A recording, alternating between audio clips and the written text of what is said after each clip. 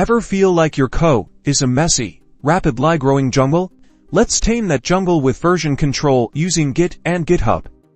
Start by creating a project directory on your computer. This is where all your code will live. Next, head over to GitHub, the online platform where your code will be stored remotely. Create a new repository. It's like a digital library for your project. Give the repository descriptive name related to your project. You can also give the repository a short description. Now, open your terminal or Git bash and navigate to your project directory. We need to initialize a local Git repository inside of our project. Use Git to add all of your project files to your local repository to track changes and save them. Committing your changes is like taking a snapshot of your code at a specific point in time. Describe what have you changed. To experiment freely without breaking your main project, create a branch. This is like making a copy of your code where you can safely add new features or fix bugs.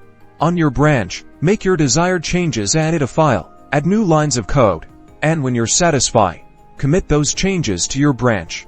Once your changes are ready to be integrated into the main project, create a pull request. This lets you propose your changes and have a discussion with collaborators. Finally, if the changes look good, merge your branch into the main branch to integrate your new features or fixes. You have now successfully merged your code into the main project. Congratulations, you're version controlling like a pro.